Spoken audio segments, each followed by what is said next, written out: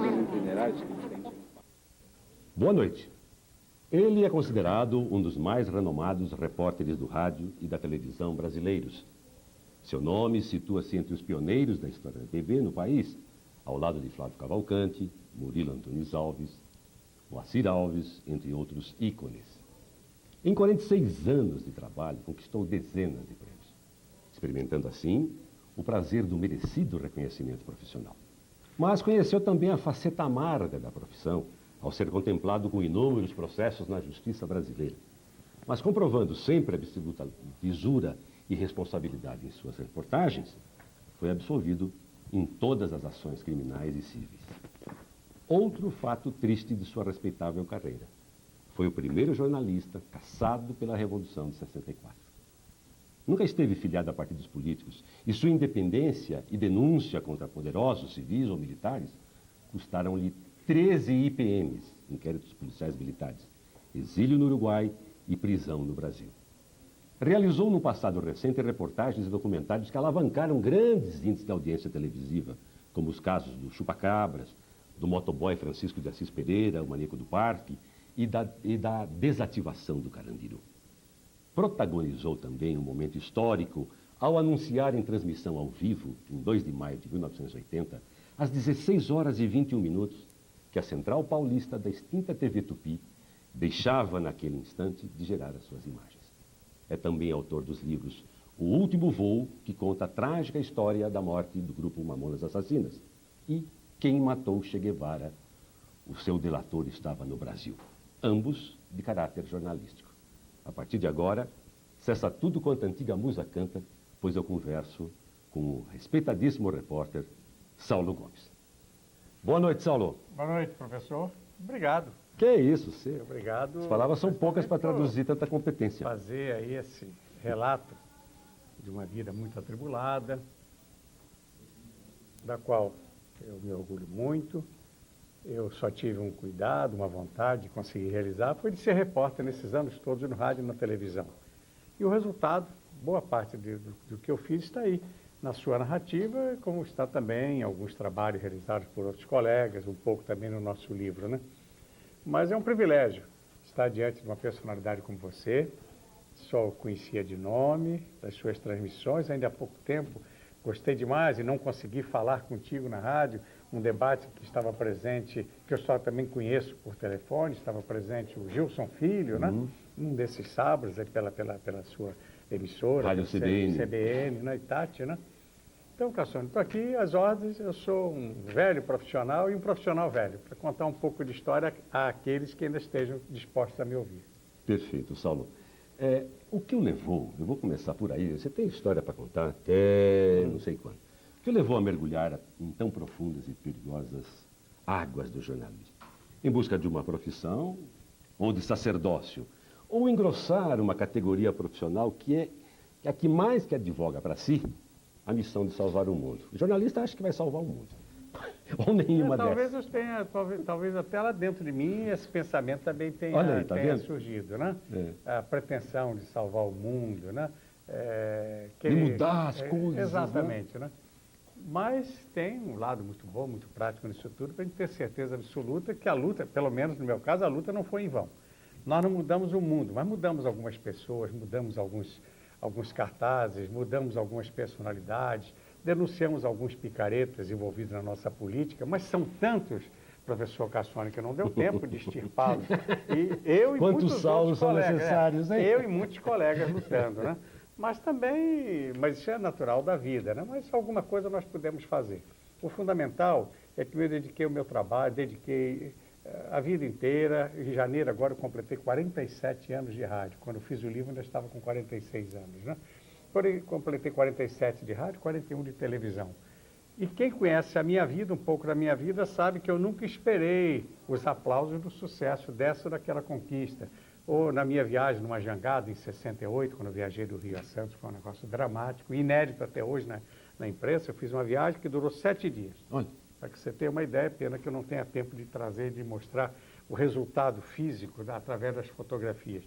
Eu cheguei em São Paulo com 47 quilos. Mas mostrei e hoje sou o único repórter no mundo que sabe o que é realmente o rigor da vida de um jangadeiro.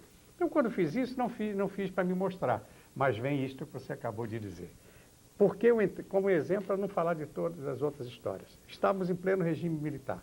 O ano era 68, um ano dramático. Ah, AI-5 em vigor. Exatamente, que veio logo em dezembro. A minha viagem foi em fevereiro. Muito marcado pelos militares, queriam acabar com a minha carreira, não me deixavam trabalhar no Rio. Por isso, em 66, eu saí da cadeia e me transferi para São Paulo, onde tive o apoio dos colegas dos Diários Associados. Então, por exemplo, em 68, por que eu fiz a reportagem com os jangadeiros?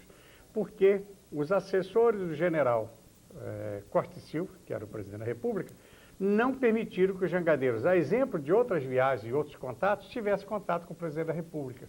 A aventura dos jangadeiros do Nordeste, especialmente o do Mucuripe, que é a maior concentração de jangadeiros no país, Ceará. lá em Fortaleza, exatamente. As Velas do Mucuripe, tem uma canção do Fagner, então, cantada pela Elis. Exato, a As famosa... Velas do Mucuripe. Exatamente, assim, que é a famosa para... praia do Mucuripe. Isso. Aquele ano o Brasil Linda tinha música. 45 mil jangadeiros, 4.500 só ali no Mucuripe. E como é que anda Mucuripe, hoje? Aquela situação está a mesma? a mesma daqueles anos que eu procurei denunciar em 68. Miséria, Não fome, mudou nada, não Saulo. mudou nada. A única coisa que mudou é que com a minha aventura eu despertei o governador, que era o Abreu Sodré. Algumas empresas, que eu não vou citar o nome, me ajudaram na época. Então eu consegui com um grande motor, um motor especial. Com outro eu consegui o casco. Com outro eu consegui as velas. Com outro eu consegui material de pescaria. Enfim, tivemos um barco excelentemente bem montado em Cananéia. E eu troquei esse barco, aquela jangada, por aquele barco. Então, o único alento que esses homens tiveram naquela época, porque o governo não os assistiu, o governo não quis ouvi-los, não quis ouvir as suas reivindicações nem nada, foi ter dado esse barco a eles. Então, isto foi um desafio.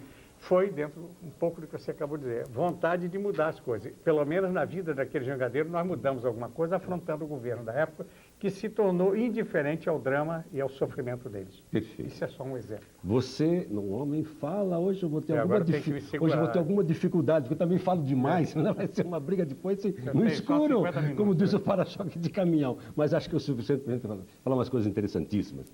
Saulo Gomes é um arquivo vivo da televisão, do rádio, da história do Brasil. Você marcou sua passagem pelo rádio e pela TV graças a uma obsessiva busca da verdade. Quando tu falava assim, vem uma reportagem de Saulo Gomes, ele vai fazer uma denúncia, ele vai trazer à baila alguma coisa aí que estava muito escondidinha, ou um furo. Você adora fazer furos, adorava fazer furos e faz furos até hoje. Ainda estou disposto Só o a isso. repórter poderia fazer isso, não é isso? É por isso que você se especializou em reportagem, essa tara pelo furo, pela notícia, pelo fait divers, por algo que nunca ninguém fez. É verdade, É isso. verdade, exatamente. Esse é o seu grande prazer. Isso, eu tive Que é um grande privilégio. jornalismo, diga-se de Você vê, passagem. em 40 anos, professor, eu participei dos grandes crimes do Brasil, especialmente São Paulo e Rio de Janeiro. Você percebe, eu estou dentro deles como repórter.